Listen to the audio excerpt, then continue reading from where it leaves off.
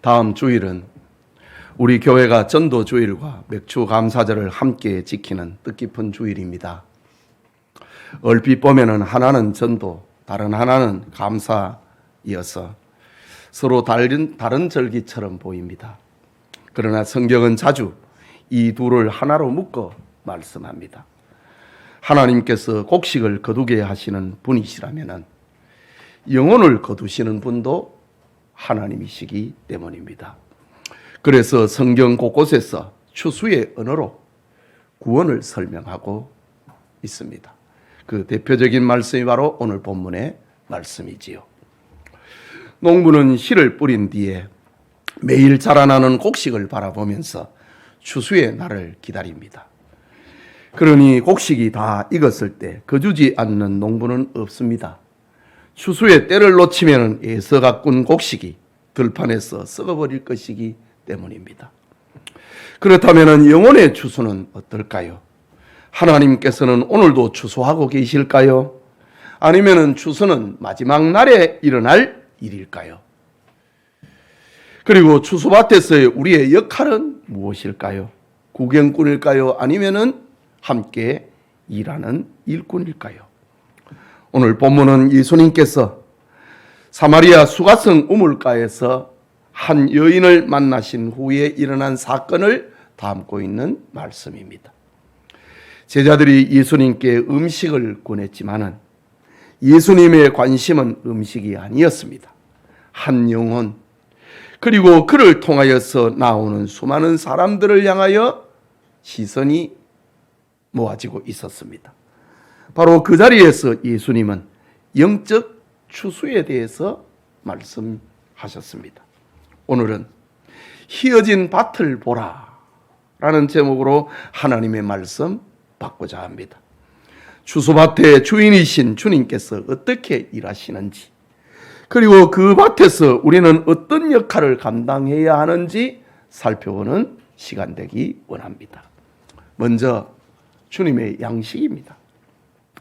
본문 34절을 보면 예수께서 이르시되 나의 양식은 나를 보내신 이의 뜻을 행하며 그의 일을 온전히 이루는 이것이니라 고 말씀하셨습니다. 예수님께서는 정오의 시간이 되었으니 시장하신 몸으로 우물가에 앉아 계셨습니다. 이때 음식을 구하러 갔다가 돌아온 제자들이 예수님께 음식을 권하자 예수님은 나에게는 너희가 알지 못하는 양식이 있다 라고 말씀하십니다. 이때 제자들은 우리가 없는 사이에 누가 예수님께 음식을 갖다 드렸는가? 그렇게 생각합니다. 여기에 양식은 일반적으로 생명을 유지하는 데 필요한 음식을 가리키기 때문입니다. 그런데 예수님께서는 육신의 음식보다도 더 깊은 차원의 양식을 말씀하셨습니다. 그것은 오늘 본문에 나의 양식은 나를 보내신 이의 뜻을 행하며 그의 일을 온전히 이루는 이것이니라. 예수님의 양식은 하나님의 뜻을 행하고 그의 일을 온전히 이루는 이것이라. 이것이 나의 양식이라고 말씀합니다. 여기 온전히 이룬다 라는 말로 번역된 헬라말 텔레이오오는 끝까지 완성한다는 뜻입니다. 이 동사는 현재형으로 쓰여 있어서 아버지께서 맡기신 일을 지금도 이루어가고 있는 진행형이다 라는 말입니다. 이것은 한순간의 결심이 아니라 매 순간 이어지는 예수님의 순종을 가리키는 말입니다. 이 말씀은 훗날 예수님께서 십자가에서 선포하신 말씀, 내가 다 이루었다 라는 말씀과 연결이 됩니다. 예수님의 구원 사역은 성육신 하심으로 시작이 되었고 십자가에 못 박혀 죽으심으로 완성된 것이기 때문입니다. 종교개혁자 칼빈은 이 구절을 설명을 하면서 예수님께서 아버지의 뜻을 행하는 일을 자신의 생명을 유지하는 영양분으로 삼았다 라고 설명하고 있습니다. 한 영혼을 살리는 일이 예수님에게는 육신의 허기보다도 더 절실한 양식이었다는 말입니다. 개혁주의 신학자 계피는 그리스도의 순종을 단순한 도덕적 모범으로 해석하지 아니하고 우리의 구원을 이루는 대표자의 순종으로 보았습니다. 첫사람 아담의 불순종으로 무너진 자리를 마지막 아담 예수님께서 순종으로 그것을 다시 세워놓았다는 말입니다. 이것은 성부 하나님께서 이루시는 언약의 역사와도 연결을 되어 있습니다. 하나님께서는 아담이 범죄한 직후에 여자의 후손은 내 머리를 상하게 할 것이요 약속하시면서 장차 메시아를 보내주겠다. 메시아가 죄가 에덴 농산에 들어오게 하였던 그 머리를 상하게 할 것이다 라고 약속하셨습니다. 그리고 그 언약이 예수 그리스도 안에서 완성되는 것입니다.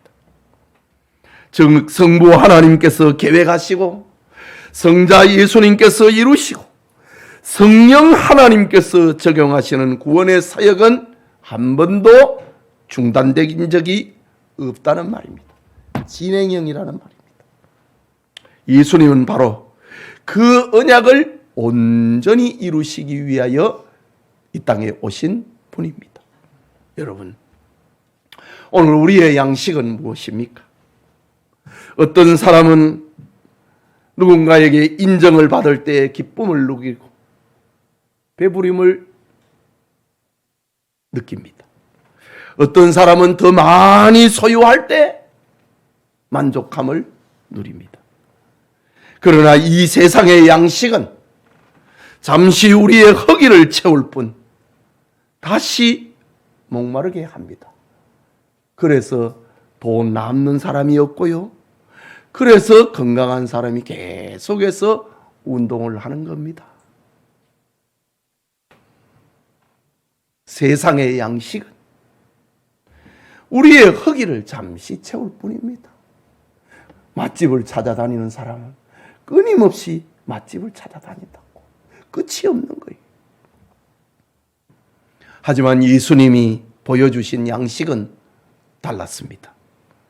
하나님의 뜻을 행하고 그 일을 온전히 이루는 것이 예수님의 가장 큰 기쁨이었고 배부름이었다고 합니다. 한 영혼이 하나님께로 돌아오는 모습을 보는 것이 예수님에게는 가장 큰 만족이었다는 말입니다. 그것이 나의 양식이다. 내가 이 땅에 온 존재하는 이유다 라는 말입니다. 그렇다면 전도주의를 맞이하는 우리에게 전도는 우리의 짐이 아닙니다. 양식입니다. 영혼을 사랑하는 마음이 우리를 살립니다. 그래서 가장 건강한 사람은 아이를 낳는 어머니고 영적으로 가장 건강한 사람은 전도하는 사람입니다. 하나님께 순종하는 삶이 우리의 영혼을 풍성하게 만들기 때문입니다. 다음 주는 맥주 감사절이자 전도주일입니다. 하나님께서 주신 육신의 양식에 감사하는 것으로 끝내지 말고 하나님께서 찾으시는 영혼에 관심을 두시기 바랍니다. 우리의 감사가 식탁에서 끝나지 않고 한 영혼을 향한 사랑으로 이어질 때 우리도 주님이 맛보신 그 배부름과 기쁨을 누리게 될 것입니다. 이 은혜가 예배드리는 우리 모든 성도님들과 함께 하기를 축복합니다. 그게 둘째로 추수의 때를 사는 사람들입니다. 본문 35절이지요. 너희는 넉 달이 지나야 추수할 때가 이르겠다 하지 아니하느냐. 그러나 나는 너희에게 이르노니 너희 눈을 들어 밭을 보라. 희어져 추수하게 되었도다. 라고 말씀합니다. 농부들이 씨를 뿌린 뒤에 추수하기까지 넉 달이 걸린다고 하는 것은 농부들에게 아주 익숙한 말입니다.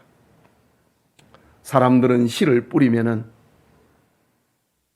수확할 때까지 시간이 많이 남아있다고 그렇게 생각합니다.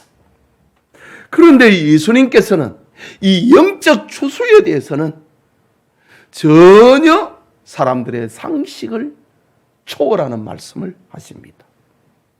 나는 너희에게 이르노니, 이런 표현들이 요한복음에 많이 나오거든요.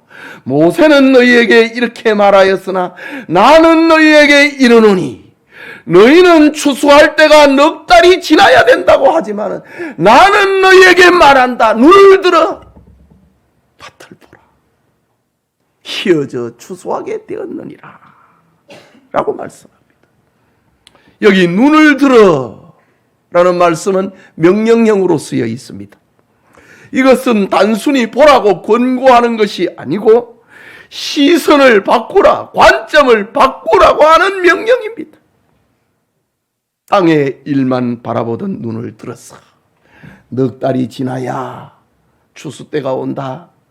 땅의 일을 생각하는 그 시선, 그 관점을 돌려가지고 하나님께서 지금 일하고 계시는 영적 현실을 바라보라 라는 말입니다. 바로 그때에 사마리아 여인의 증언을 듣고 사마리아 여인이 내가 그분을 만났다, 메시아를 만났다, 와보라. 요한복음 4장 지금 전반부에 나오는 말입니다. 사마리아 여인의 말을 듣고 사마리아 성의 수가성의 사람들이 우르르 예수님을 향하여 몰려오고 있습니다. 마을에서 쏟아져 나온 수많은 사람들이 들판을 가로질러 예수님께 나아오고 있습니다. 한낮의 햇빛 아래 그들이 입은 하얀 옷이 빛나고 있었습니다. 마치 추수할 곡식이 익은 밭과 같았습니다. 예수님께서는 그 장면을 보시면서 희어져 추수하게 되었도다 라고 말씀합니다. 곡식이 익어서 낫을 기다리듯이 영혼들이 하나님께서 거두실 열매로 준비되었다는 말입니다. 성경신학자 게알더스 보스는 신약 성경이 말하는 구원의 추수는 마지막 날에만 일어날 사건이 아니라 예수 그리스도의 오심으로 이미 시작되었고 아직 완성되지 않은 긴장 속에 살고 있다 라고 해석합니다. 예수님이 이 땅에 오심으로 영적 추수기는 시작이 됐고 예수님이 재림하심으로 그 추수는 완성된다. 이미 시작됐다. 지금 그렇다면 우리는 지금 추수 때를 살고 있는 거예요. 지금 우리는 마지막 추수의 날을 기다리되 오늘 이미 시작된 추수의 현장으로 부름을 받은 일꾼이라는 말입니다. 이것이 오늘 성경을 예수님이 해석하고 있는 장면입니다. 여러분, 이 추수의 약속은 이미 구약의 언약 속에서 심겨져 있는 말이었습니다. 시편 126편 5절과 6절을 보면은 눈물을 흘리며 씨를 뿌리는 자는 기쁨으로 거두리로다. 울며 씨를 뿌리러 나가는 자는 반드시 기쁨으로 그 곡식단을 가지고 돌아오리로다. 노래합니다. 다윗이 이 노래를 하는 거 들판에 있는 밀 거두는 거 얘기할까요? 아닙니다. 그의 기도를 말하는 겁니다. 그의 영적 추수를 말하는 겁니다. 하나님께서는 눈물로 뿌린 씨를 결코 잊지 아니하시고 정하신 때에 반드시 기쁨의 추수로 갚아 주신다는 약속입니다. 지금 우리가 흘리는 기도와 전도의 눈물도 바로 이 언약의 약속 위에 있는 것입니다. 눈물로 씨를 뿌리는 자는 반드시 기쁨의 단을 거둘 것이다 라고 말입니다. 그런데 중요한 문제는 우리의 시선입니다. 우리는 늘 아직 때가 아니다 생각합니다. 조금 더 형편이 좋아지면, 시간이 생기면, 더 준비되면 전도하겠다, 그렇게 말합니다. 그러나 주님께서는 이미 희어졌다, 긴장을 가지라. 하나님께서는 이미 우리의 가정과 직장, 이웃과 친구들 가운데서 복음을 기다리는 사람들을 준비해 놓고 계신다는 말입니다. 그렇다면 우리가 해야 할 것은 거창한 능력을 갖추는 것이 아니고 먼저 눈을 드는 것입니다. 주님의 시선으로 사람을 바라보는 그런 시각, 그런 눈을 가지는 것입니다. 내 생각만 하니까 아직 추수 때 멀었다. 땅의 일을 생각하는 사람은 넉 달이 지나야 추수한다. 내 생각을 가지고는 아직 멀었다. 그러나 주님께서는 너 눈을 들어서 밭을 봐라. 희어져서 추수할 때가 됐다 라고 말씀합니다. 농부는 곡식이 다 익으면 추수를 미루지 않습니다. 때를 놓치면 열매를 잃어버릴 것이기 때문입니다. 영혼의 추수도 마찬가지입니다. 추수의 때는 우리가 만들어내는 게 아니고 하나님이 익혀놓으신 열매를 거두는 것입니다. 저 사람 아직 전도할 때가 아니야. 때를 내가 만듭니까? 하나님이 하시는 겁니다. 그렇기 때문에 우리에게 필요한 것은 화려한 언변이 아니고 순종입니다. 많은 지식이 아니고 믿음으로 한 걸음 다가가는 것입니다. 우리의 시선이 하나님께서 이미 익혀놓으신 영혼들을 바라보고 믿음으로 다가가는, 하나님의 말씀에 순종하는 우리 성도님들이 다 되시기를 주님의 이름으로 축복합니다. 마지막으로 함께 즐거워하는 추수 공동체입니다. 본문 36절에서 38절입니다. 거두는 자가 이미 삭도 받고 영생에 이르는 열매를 모으나니 이는 뿌리는 자와 거두는 자가 함께 즐거워하게 하려 함이라. 그런즉 한 사람이 심고 다른 사람이 거둔다는 말이 옳도다. 내가 너희로 노력하지 아니한 것을 거두러 보내었노니 다른 사람들은 노력하였고 너희는 그들이 노력한 것에 참여하였느니라 고 말씀합니다. 거두는 자가 이미 삭도 받았다. 추수의 기쁨을 말하는 겁니다. 주님의 일을 하는 그 만족, 즐거움을 말하는 겁니다. 예수님께서는 추수의 결실을 가리켜서 영생에 이르는 열매, 그것을 모은다 라고 표현합니다. 구원 얻은 영혼들이 하나님 나라의 열매인데 전도는 그거를 모으는 것입니다. 그런데 추수에는 중요한 원리가 등장합니다. 한 사람은 심었고 다른 사람이 거두었다고 합니다. 다시 말하자면 전도는 한 사람의 업적이 아니라는 말이지요. 한 영혼이 주님께 돌아오기까지 수많은 사람의 기도와 눈물과 섬김과 인내가 있었다는 뜻입니다.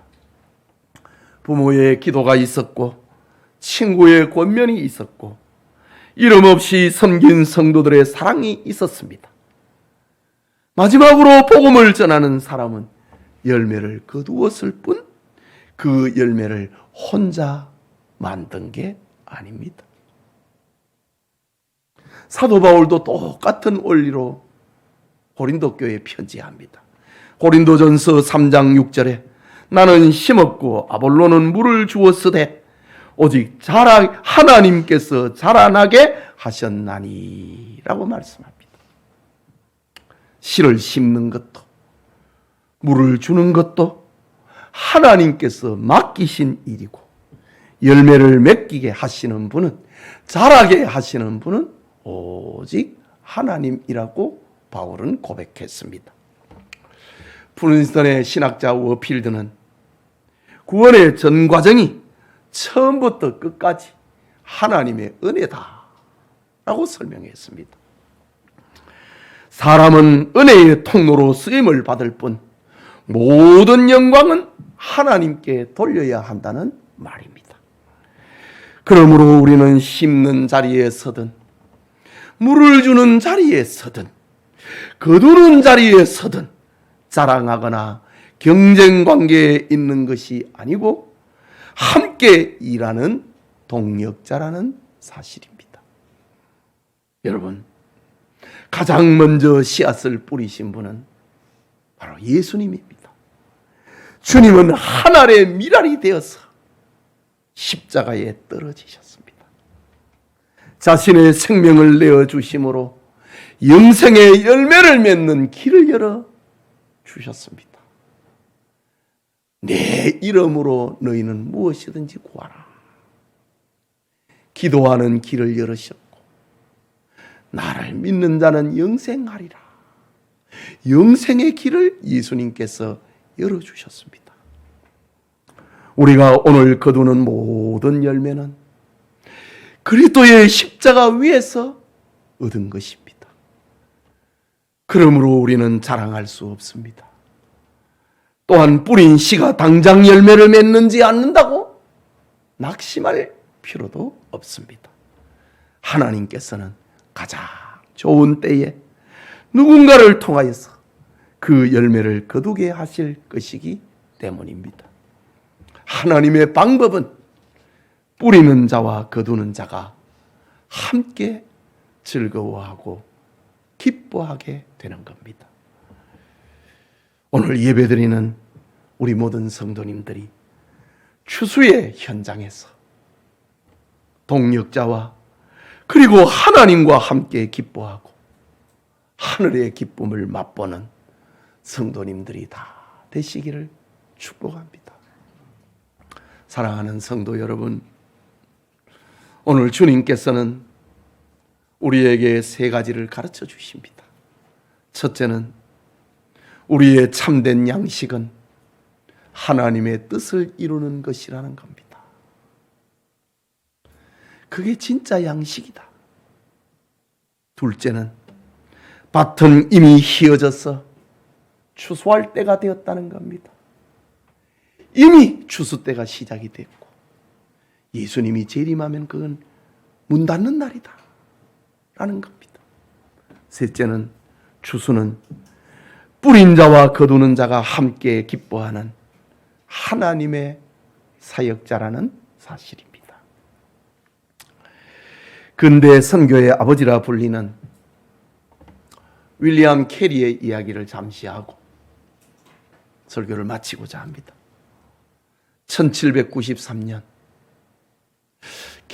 윌리엄 캐리를 근대 선교의 아버지라고 부르거든요. 지금 오늘날 선교사를 파송을 하는 이런 제도, 그 시작이 바로 윌리엄 캐리입니다. 그래서 근대 선교의 아버지라고 합니다. 1793년에 유럽에서 처음으로 선교사를 파송합니다. 1793년 인도에 선교사로 파송된 이후에 무려 7년 동안 복음을 전했지만 한 사람의 회심자도 얻지 못했습니다. 물론 캐리가 7년 동안에 성경을 번역을 하고 이런 사역도 있었습니다. 그러나 7년 동안에 한 사람도 회심자가 없었습니다. 예수를 믿겠다고 나오는 사람이 없었다는 말입니다. 인도 땅 전역에서. 문화도 달랐고 언어도 달랐고 수많은 어려움이 그의 앞을 가로막았습니다. 그러나 그는 씨를 뿌리는 일을, 전도하는 일을 멈추지 않았습니다. 그런데 1800년 그가 인도 땅을 밟은 지 7년 만에 첫 열매 크리슈나 팔이 주님께로 돌아옵니다. 7년 만에 한 명이 전도됐습니다. 이때 캐리가 얼마나 기뻤던지. 그러나 그는 자신의 성공을 말하지 않았습니다. 자라게 하신 분도 하나님이고 추수하게 하신 분도 하나님이었기 때문입니다. 캐리는 인도로 떠나기 전에 영국 선교협회에서 한 설교가 오늘날의 선교의 모토가 표가 되어 있습니다.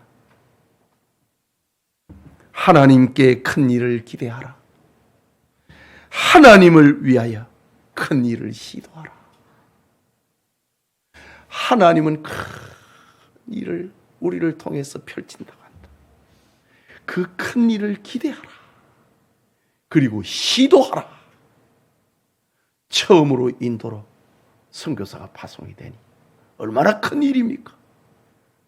큰 일을 기대하라. 그리고 큰 일을 시도하라. 이것이 선교의 표입니다.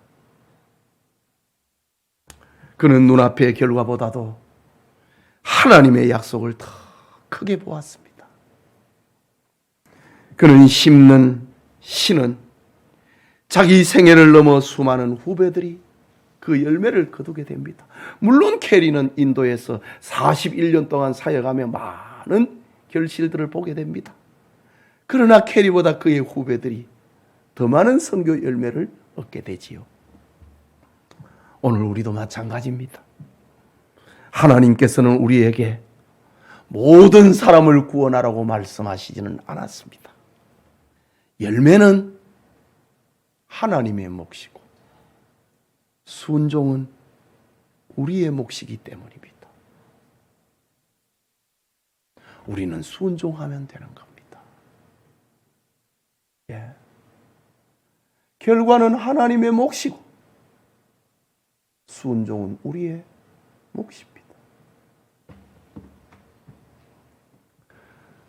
우리가 오늘 흘리는 눈물의 기도, 전도의 수고 절대로 헛되지 않는다고 합니다. 우리가 거두지 못한 열매는 다음 세대가 거둘 것이고 우리가 알지 못하는 누군가가 기쁨으로 추수할 것입니다. 그러나 천국에서는 뿌리는 자와 거두는 자가 함께 기뻐하게 될 것이다.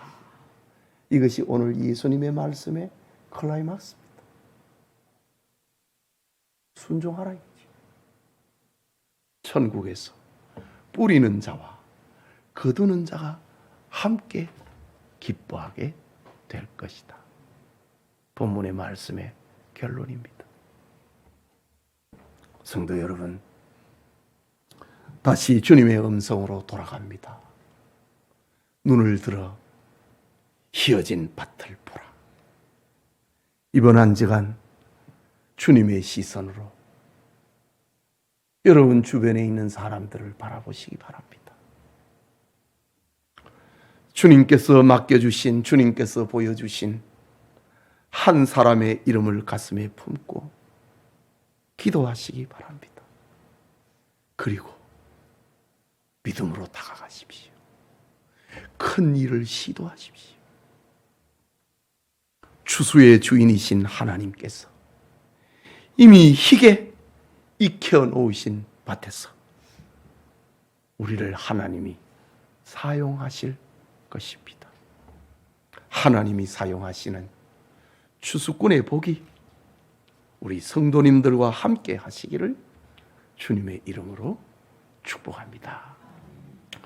우리 말씀을 생각하고 기도합시다. 이번 전도 주일에는 이 태신자 이름이 별로 없어요. 이 벌써 타성이 붙었나 봐. 장로님하고 몇 분 이름밖에 없어. 결과는 하나님이 책임집니다. 여러분이 할 일은 순종입니다. 다음 주에 이렇게 절기를 정해놓고 전도주의를 지키는데 한번 순종을 한번 해보십시다.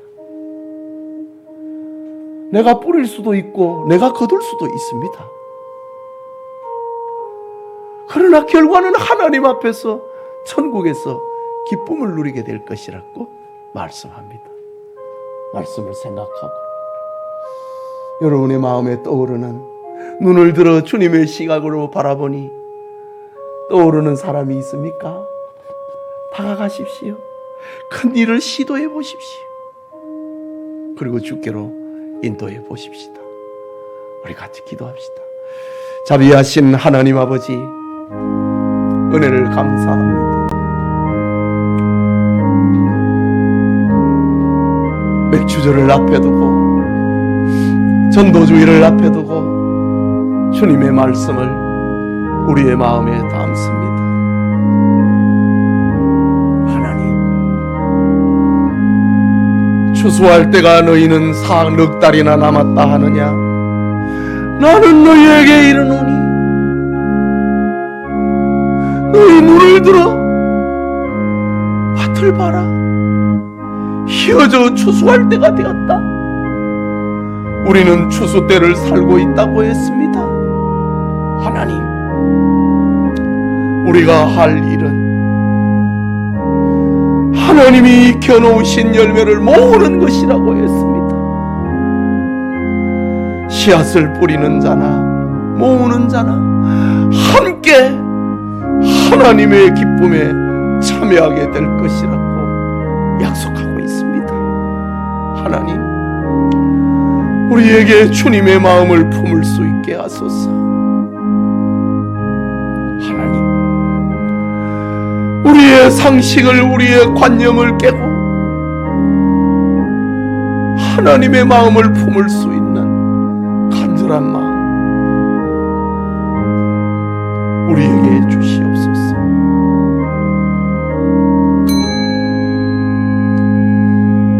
하나님, 주님의 말씀을 받고 함께 기도합니다. 하나님의 말씀이 우리의 인격에, 우리의 삶에 능력으로 역사하게 하옵소서. 예수님 이름으로 기도합니다. 아멘.